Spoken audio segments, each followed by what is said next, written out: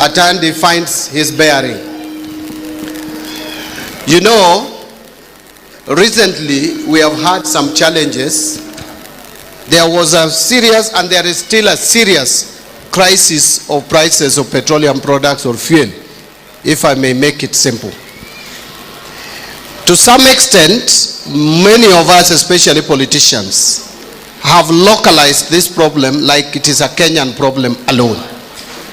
Standing here as one who sits in the cabinet of Kenya and one who is responsible for the national treasury and economic planning, and one who is tasked with the heavy responsibility of balancing the economic fundamentals of the country, I want to speak here clearly and candidly that the problem of fuel is not a Kenyan problem.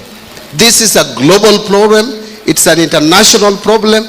We all know, and this is something that has never happened in the history of this country, that a region like Middle East, which produces over 20% of the world's oil production and which supplies the bulk of African continent with oil, has been interrupted, and interrupted 100% significantly. There is no fuel product that is coming from Middle East to any other part of the world. And that is why the supply chain has been disrupted. We contracted some oil marketing companies to source for us oil elsewhere in the world. They had a contract and they have been able to look for other places which is not the Middle East. And most of the refineries in that region, Middle East, have been hit by Iran. And this is something that we see in the news and we read every day. Therefore, there is a shortage of fuel, especially to African continent. So for these farms to get fuel into Kenya, it has to be costly. Because first, the demand is high. Second, and the supply is low. Automatically, if you are someone who has done economics or understands finance, where demand is high and supply is low, the prices come up automatically. So the landing costs and the route that the fuel products is taking is longer. Therefore, the prices are high. The prices have increased with not less than 80%, the landing cost in Kenya. That is why even after subsidizing, in the first month, we spent 6.2 billion to subsidize fuel products. That's the month of April. In the month of May, we first subsidized fuel products with 5 billion. 4.5 went into diesel. We have added another 2.7. And we have reduced VAT on fuel to 8% from 16%, taking away about 15 shillings from what would have been the price of fuel. Now, when you listen to other people, especially politicians in the opposition, they tell you the government should reduce. This is not a local issue. We are responding as a government with measures that we think would help moderate and help remove the burden from the people of Kenya. But we must be alive to the fact that we are operating under extreme and extraordinary circumstances. This is a period like COVID. And then some people are saying that we should do away with the G2G, that we should now liberalize fuel importation in this country. The danger with that are two. Number one, if you don't have a reliable supplier, one you have a contract with, you cannot guarantee supply of fuel. You may end up with a country dry. You may end up with a country without fuel, and it would be more disaster than even when you have fuel at high prices. Number two, if you liberalize, as some people are saying, and we were there before, fuel, and I've said it, some people are now making a joke of it, putting it in TikTok, that fuel is not something you buy in Kisumu with Kenya shillings. It is a fact that fuel is imported in this country, and you have to use dollars to buy it. If you don't have an arrangement like the one we have today, where payment is deferred, even for 3 months, there will be a strain on our shilling, on the dollar, because the demand for the dollar will be high.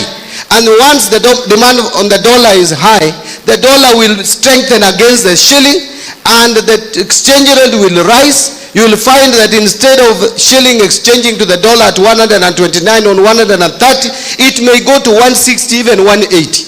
And the moment the shilling weakens, fuel will be more expensive than what we see today. And those are things that we are guarding against because we understand this thing. So let people not mislead wananchi. People who have no agenda. People who, in my view, have no ideas, even to suggest to us that tulieni, sisi kama serikali, we will do whatever it takes to make sure that our people don't suffer.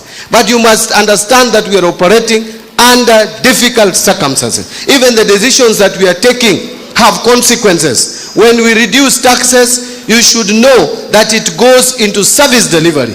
I have just spoken about the roads which are supposed to be done here.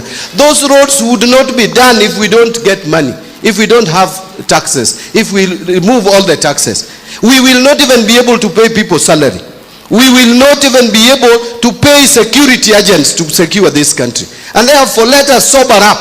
Let us humble ourselves. And that is why I want to thank people from this region, the people of Nyanza. We are always known to be the ones leading in the streets. But this time, you told other people, nyinyi pia muende street. Sisi tumeenda ya kutosha. I want to thank you. We look for solutions peacefully in a manner that we dialogue, not a manner where we incite our ethnic communities to be the ones burning shops, to be the ones killing people. In fact, something that I must condemn here as I finish. We have had people with different opinions in this region. I remember even when Uhuru Kenyatta was running for the first time in 2013, there are people who are wearing Uhuru's t-shirt in this region. And we did not kill anyone just because they exercise their democratic right. It is a shame that there are some people in some regions of this country where if you don't agree with the person they are supporting, then you have to be killed. That the mere fact that you put a tattoo of someone they don't want, you are burnt to death. That must be condemned. That should not be tolerated, and those people must be called out for what it is. And their leaders have not even condemned that act. It is because they are supporting such act. These are not people we can be friends with. I want to beseech you, the people from this region, that our only way is to support the government of President Ruto up to 2032.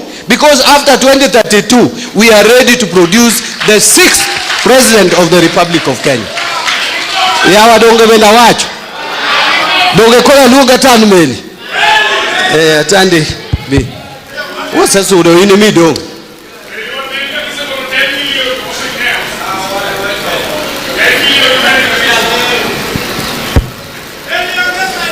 Yora leo amoso no yabre uru. Oyabre uru kendo. Ni pastors ma SDA Church ma wantieni jotelo mobiro ka kotelnwa gi waziri marwa mar pesa, jakomwa mar party, MPs nikae mang'eny, nyasembo ma first lady ma suba, first lady ma minister ma finance, gi MCS te man kae. Abe amor ma chopo ka, atimo mos waziri leo matin ne an podani shughuli moro matin mar chama Kisumo kucha. Ema leo matin lakini achopo. Koro ang'eyo ni oka winjo misa. Tadwan mondo winja ne misa mondo donji chunya to kora chopo moleo.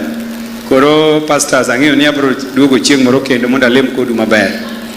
Mak mana ni kawuono to abiro bugo osiepna ni, abiro bugo tiendo osiepna ni wan kode e sirikal kucha, enemo oginene, enemo ogolo pesa, o release, o kamano. So one watimo kode budget. Koro I'm very happy to announce ni watiyo gi waziri maber kabisa. Kendo weche ma piny luo kae, wakwongo wabet piny kaka ODM, gi jakom mar party, gi party leader wa, wawinjore ang'o monego watim ni joluo, to kwase winjore to watero ire, to waketo to gigo dhi maber. Emomiyo kata Asembo kae un very lucky jo Asembo nikech bwana ni en oru. Koro samwa wacho kode weche siasa to dwano kel gik moko mang'eny Asembo kae.